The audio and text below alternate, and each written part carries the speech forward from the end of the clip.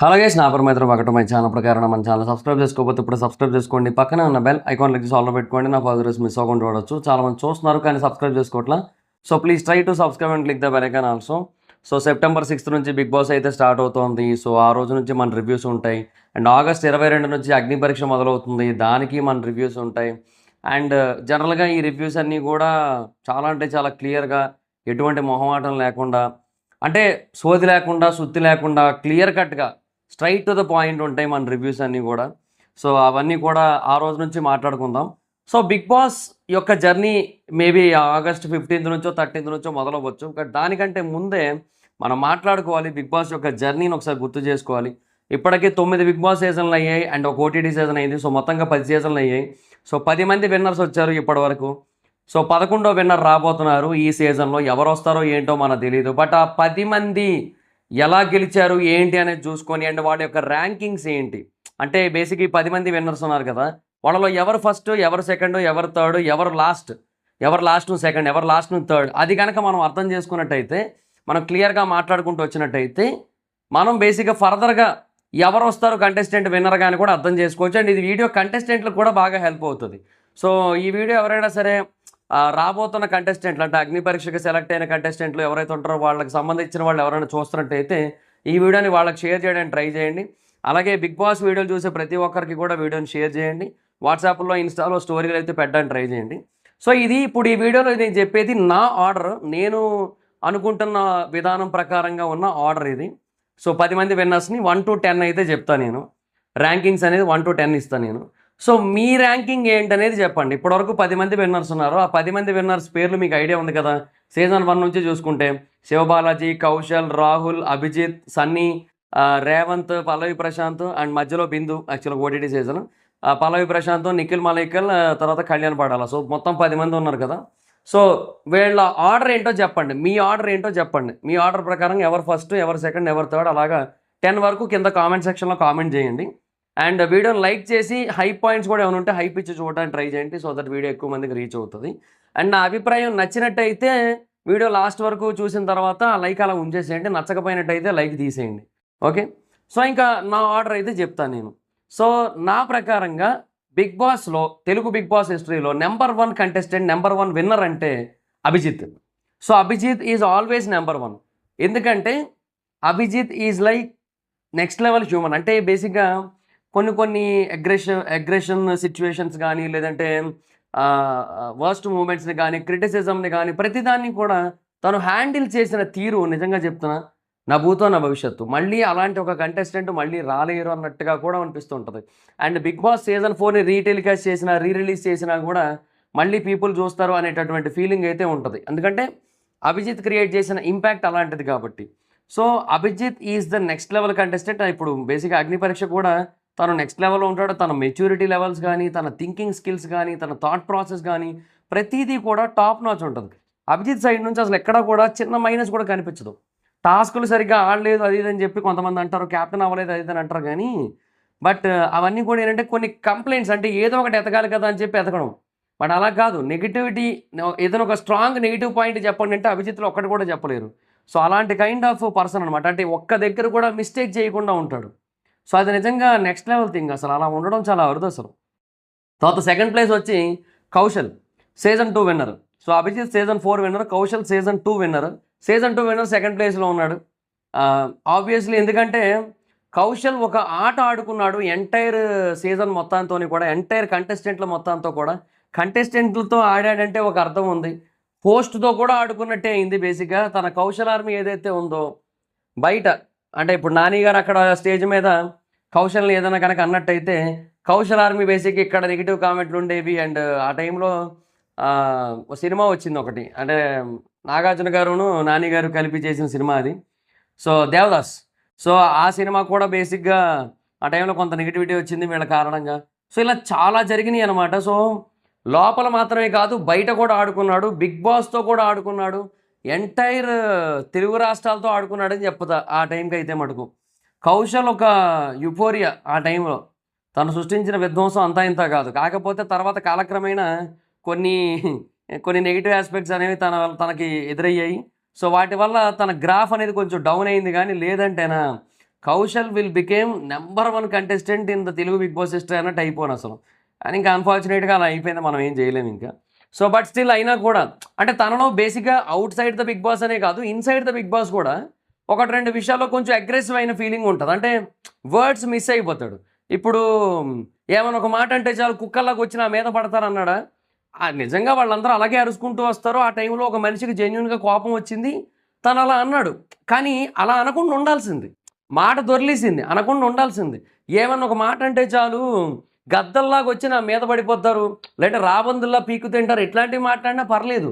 కానీ అలా కాకుండా కుక్కల్లాగా అనేసరికి అది కొంచెం ఎంత కాదన్నా తీసుకోవడానికి కష్టంగా ఉంటుంది. అయితే వీకెండ్ నాని గారు వచ్చారు. నాని గారు వచ్చిన తర్వాత ఈ కుక్క అనేదానికి ఒక డెఫినేషన్ రాసుకున్నాడు ఈ గ్యాప్లో. ఏమని? కావు కావమని ఏదో చెప్పాడయ్యా, కావు కావమని ఊరికే అరుస్తూ ఉంటాడు, సంథింగ్ ఏదో రాశాడు. అంత డెఫినేషన్ ఆయన నాని గారు అనేసారు. ఎందుకు కౌశల్, ఎందుకు అది ఎక్స్ప్లెయిన్ చేయడానికి ట్రై చేస్తున్నావు? అవసరం లేదు, నీ ఎమోషన్ మాకు అర్థమైంది, you don't need to explain that అని చెప్పారు. సో ఫ్లిప్ అన్న పేరు వచ్చేసింది అక్కడ. ఓకే, సో అభిజిత్కి సోఫా స్టార్ అన్న పేరు ఉంది, కానీ అది మిస్టేక్ కాదు, అది బేసిక్గా మనం భూతత్వంలో పెట్టి చూసింది. ఓకే, తనకి బేసిక్గా ఫ్లిప్ స్టార్ అన్న పేరు పెట్టారు ఆ టైంలో చాలామంది, కానీ అది బేసిక్గా తప్పు జరిగింది అక్కడ కౌశల్ సైడ్. అదినే అంట ఇట్లా 1-2 చిన్న చిన్న మిస్టేక్స్ ఉన్నాయి కౌశల్ సైడ్. సో ఇది కూడా ఒక రీజన్ తను సెకండ్ ప్లేస్లో ఉండడానికి, లేదంటే ఫస్టే ఉంటుందేమో.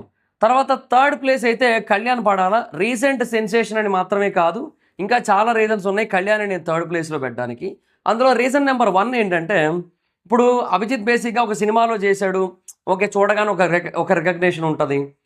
ఎంత కాదన్నా అంటే పెద్దగా పరిచయం లేకపోయినా అరే లైఫ్ ఈజ్ బ్యూటిఫుల్లో చేశాడరా అంటే అవును కదా అనుకుంటాం. అట్లాగే కౌశల్ బేసిక్గా పెద్దగా తెలియకపోయినా కొన్ని సినిమాల్లో చేశాడని చెప్పి చిన్న చిన్న రోల్స్ చెప్తే చూస్తారు. తర్వాత ఇంకొకటి తర్వాత లైక్ ఎట్లా ఉంటుందంటే ఎంతో కొంత సపోర్ట్ అయితే ఉంటుంది లైట్గా. సో వేరే ఇండస్ట్రీ సీరియల్ ఇండస్ట్రీ వాళ్ళ నుంచి కానీ ఎంతో కొంత లైట్గా సపోర్ట్ అయితే ఉంటుంది. సో ఇవన్నీ ఉన్నాయి. బట్ కళ్యాణ్ ఏంటంటే జీరో నుంచే స్టార్ట్ అయ్యాడు. లిటరల్ కామనర్ అసలు మామూలు కామనర్ కాదు. అంటే ఇక 14 మంది ఫాలోవర్స్ ఉన్నారు, ఒక ప్రైవేట్ పేజు. సో దాన్ని పబ్లిక్ చేశారు.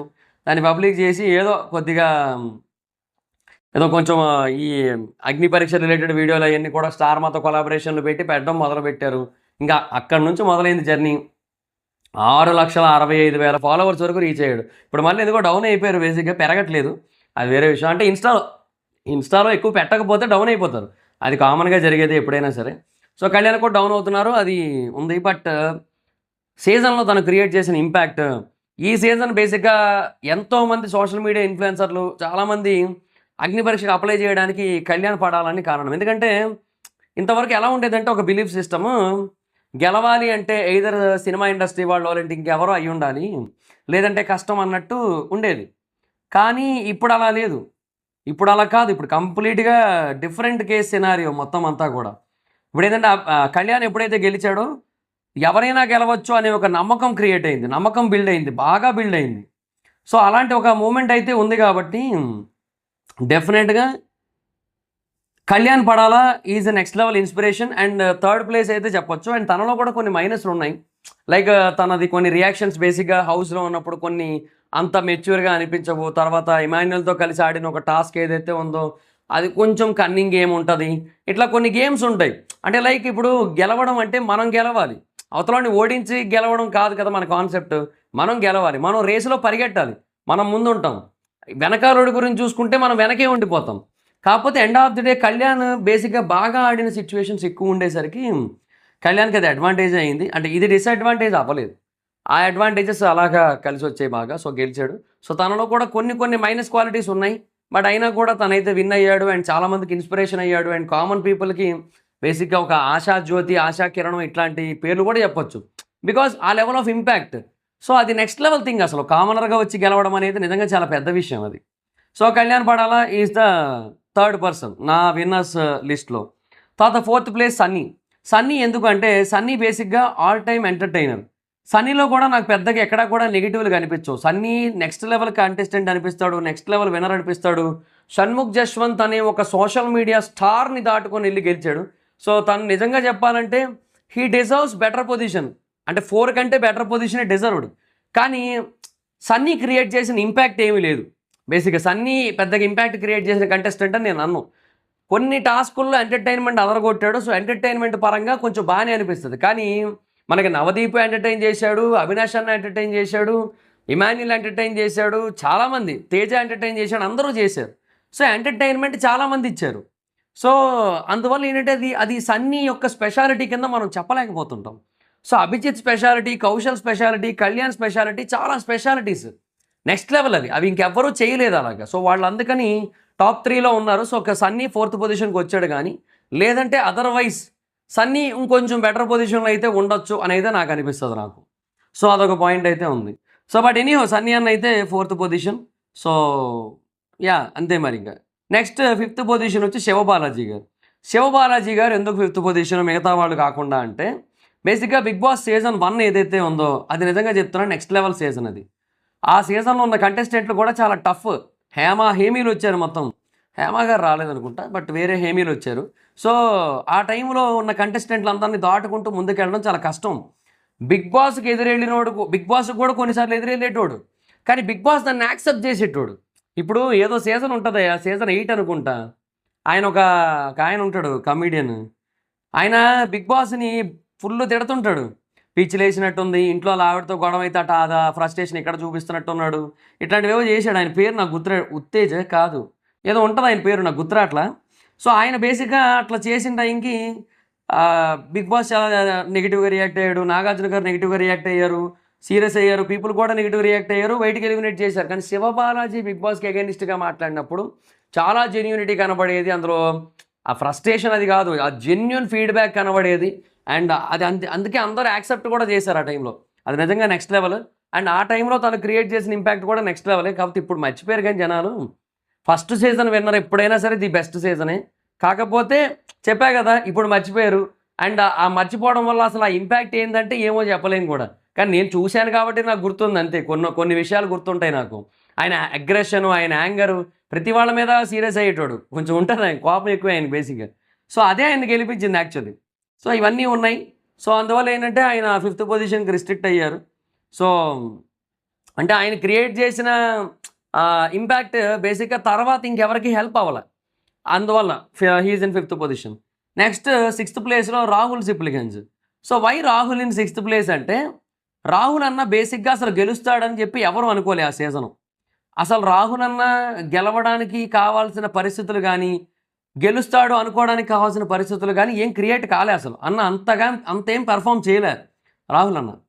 కాకపోతే రాహుల్ అన్నని గెలిపించింది ఎవరంటే శ్రీముఖి బేసిక్గా ఒక 10-20 సార్లు అంటే కంటిన్యూస్గా పోక్ చేస్తూ, ప్రతి వారం నామినేట్ చేస్తూ బేసిక్గా రాహుల్కున్న తక్కువ ఓట్ బ్యాంక్ని పెంచింది.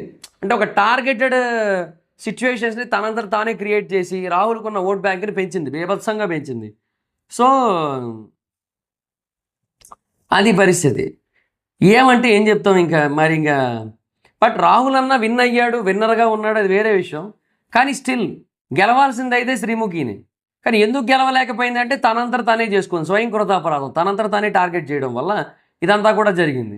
లేదంటే ఈజీగా శ్రీముఖి ఈజ్ ద విన్నర్. అసలు ఒకనొక స్టేజ్లో అంటే ఈ పునర్నవి రాహుల్ ట్రాక్ ఇవన్నీ కూడా చాలా వరకు ఇరిటేషన్ తెప్పించాయి అందరికీ కూడా.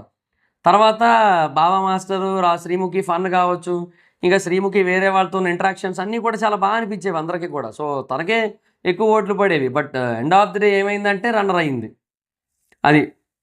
సో రాహుల్ వెనక పరిగెట్టింది, వెనకే ఉండిపోయింది అంతే. ఇంకా తర్వాత 7th పర్సన్ అయితే ర్యాంకింగ్లో బిందు మాధవి ఎందుకు అంటే బేసిక్గా she is the one and only female winner in the entire history of Telugu Bigg Boss. ఎవ్వరు ఫీమేల్ విన్నర్స్ లేరు. అది కూడా ఆవిడ కూడా ఓటీటీ సీజన్లో గెలిచింది, మెయిన్ సీజన్ కాదు. బట్ అయినా కూడా అది కూడా బిగ్ బాసే కాబట్టి we have to agree. And అక్కడ కూడా బేసిక్గా అఖిల్ లాంటి కంటెస్టెంట్ ఉన్నారు. అఖిల్ బేసిక్గా సీజన్ ఓటీటీ టైంకి చాలా మెచ్యూర్డ్ కంటెస్టెంట్, చాలా మారాడు, మార్పు చెందినవాడే మనిషి అన్నట్టుగా ఆయన మారాడు, చాలా పరిణితి చెందాడు ఆయన. కాకపోతే ఏంటంటే పక్కన ఉన్న బ్యాచ్ ఏదైతే ఉందో ఆయన పక్కన ఆ బ్యాచ్ దెబ్బేసింది ఆయనకి, ఏం చేయలేము అండ్ అన్ఫార్చునేట్లీ. సో బిందు మాధవి కూడా చాలా మంచి కంటెస్టెంటే, బట్ తనలో కూడా చాలా నెగిటివ్స్ ఉంటాయి. Like somehow she's bad in some aspects. కొన్ని విషయాల్లో తను కొంచెం బ్యాడే. సో అందువల్ల ఏంటంటే ఇంకా ఎండ్ ఆఫ్ ది డే ఏం చేయలేము ఇంకా. సో అట్లాగా తనైతే 7th ప్లేస్లో ఉంది.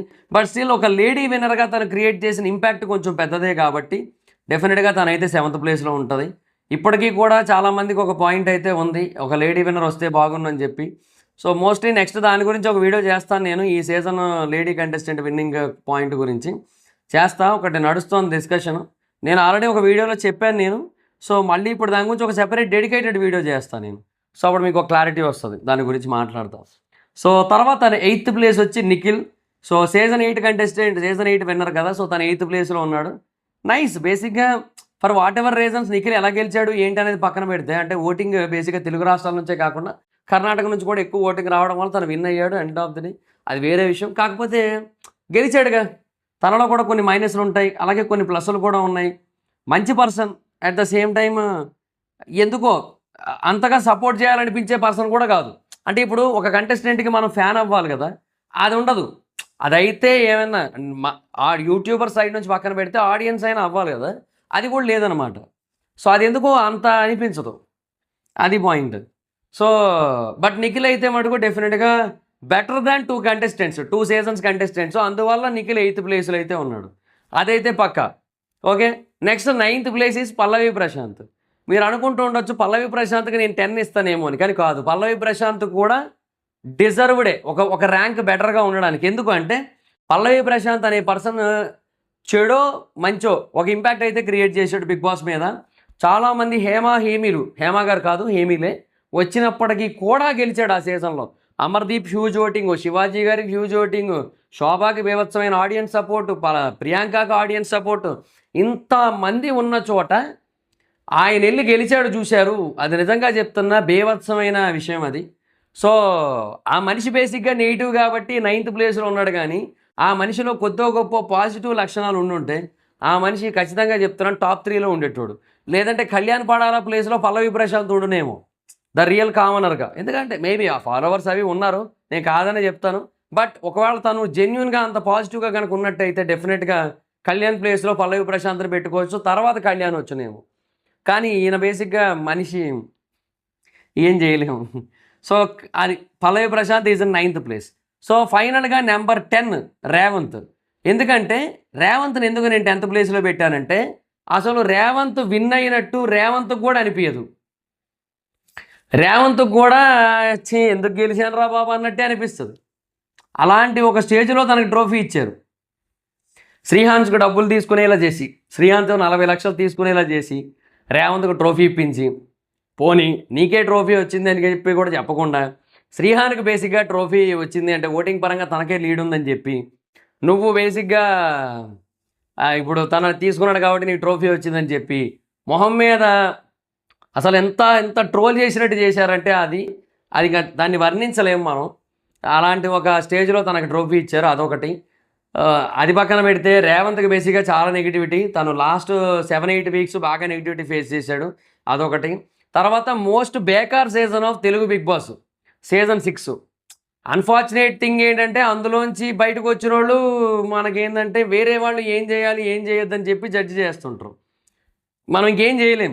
అంటే అది మనం తప్పని నేను అన్ను, కాకపోతే వాళ్ళు వెళ్ళినప్పుడు వాళ్ళు బెటర్గా పర్ఫామ్ చేసి ఉండుంటే ఆ సీజన్ అంత ఫ్లాప్ అయ్యేది కాదు కదా అని నా పాయింట్, అంతే. సో నేను ఇక్కడ ఎవరిని తప్పు పట్టట్లేదు, ఇక్కడ బయటకు వచ్చి చెప్పడం నేను తప్పు అనట్లేదు. ఎందుకంటే అంత ముందు చెప్పారు, తర్వాత చెప్తారు, మనము మాట్లాడుకుంటాం, మనము చెప్తాం. ఇప్పుడు రేపు పొద్దున నేను ఎలాగ వెళ్ళను, కానీ ఒకళ్ళు వెళ్ళినట్టయితే మళ్ళీ బయటకు వచ్చిన తర్వాత నేను చెప్తా. కాకపోతే మనం అక్కడ ఉన్నప్పుడు బేసిక్గా షోకి ఎంత హెల్ప్ అయ్యాం, షోకి రేటింగ్లు రావడానికి ఎంత హెల్ప్ అయ్యాం, అది ఇంపార్టెంట్ అనేది నా అభిప్రాయం. సో మనం బేసిక్గా నార్మల్గా ఉండిపోతామంటే ఉపయోగం లేదు. You are in a Bigg Boss show, you have to do something to get the ratings. So అది అందరి నుంచి మిస్ అయింది. అది రేవంత్ నుంచి మిస్ అయింది, శ్రీహాన్ నుంచి మిస్ అయింది, ఇంకా వేరే వాళ్ళ నుంచి మిస్ అయింది, యూట్యూబర్లు కావచ్చు, ఎవరైనా సరే అందరి నుంచి మిస్ అయింది. విన్నర్లు కూడా బేసిక్గా సీజన్కి ఏమీ చేసింది ఏమీ లేదు, రన్నరు చేసింది ఏమీ లేదు, టాప్ 5లో వాళ్ళు ఎవరూ చేసింది ఏం లేదు, మొత్తంగా వెళ్ళిన 20 మంది చేసింది ఏమీ లేదు అక్కడ, అది పరిస్థితి. సో అందుకే ఆ సీజన్ అట్టర్ ఫ్లాప్ అది. ఇక మరి ఇంకా అది. సో అందుకే అందులో వచ్చే విన్నర్ని కూడా బేసిక్గా అసలు మనం కన్సిడర్ చేయకూడదు. కానీ మరి ఇంకా దాన్ని డిలీట్ చేయలేం కదా బిగ్ బాస్ హిస్టరీలోంచి, అందుకని ఉంటుంది కాబట్టి ఆ విన్నర్ని కూడా మనం లాస్ట్ ప్లేస్లో పెట్టుకొని మాట్లాడుకోవాలి, అంతే. అంతకు మించి ఇంకేయట్లేదు. సో అది మరి సిచ్యువేషన్. సో దాట్స్ గైస్, ఇది నా ర్యాంకింగ్స్ అయితే. సో ఇది ఫస్ట్ అయితే అభిజిత్, సెకండ్ కౌశల్, థర్డ్ కళ్యాణ్, 4 సన్నీ, 5 శివబాలాజీ, 6 రాహుల్, 7 బిందు, 8 నిఖిల్, 9 పల్లవి ప్రశాంత్, 10 రేవంత్. సో మీ ఆర్డర్ ఏంటనేది కింద కామెంట్ సెక్షన్లో చేశారా? ఒకవేళ కామెంట్ చేసినట్టయితే ఆల్రెడీ ఫస్ట్ కామెంట్ చేసి ఉంటారు కదా. సో నా ఆర్డర్ మీ ఆర్డర్తో ఎంతవరకు మ్యాచ్ అయింది అనేది ఇప్పుడు మళ్ళీ ఇంకో ఫ్రెష్ కామెంట్ చేయడానికి అయితే ట్రై చేయండి. సో ఒక్కొక్కరు కనీసం 2-3 కామెంట్లు పెట్టండి. సో దట్ వీడియో ఎక్కువ మంది కామెంట్లు చేసినా కూడా ఇంటరాక్షన్ ఎక్కువ ఉండి రీచ్ అవుతుంది. సో కామెంట్ చేయడానికి ట్రై చేయండి. So that's guys, this the video మీకు నచ్చితే లైక్ చేసి వీడియోని షేర్ చేయడం కారణం మన ఛానల్ సబ్స్క్రైబ్ చేసుకోకపోతే ఇప్పుడే సబ్స్క్రైబ్ చేసుకోండి. పక్కనే ఉన్న బెల్ ఐకాన్ క్లిక్ చేసి ఆల్లో పెట్టుకోండి. నా ఫర్దర్స్ మిస్ అవ్వకుండా చూడొచ్చు. చాలా మంది చూస్తారు కానీ సబ్స్క్రైబ్ చేసుకోవట్లా. So please try to subscribe and click the bell icon also. నా ఇన్స్టాగ్రామ్ ఐడి అవసరం అయితే మాకు కూడా వచ్చి ఫాలో అవ్వచ్చు. Thank you so much guys. బాగా వీడియో నెక్స్ట్ వీడియో బాయ్.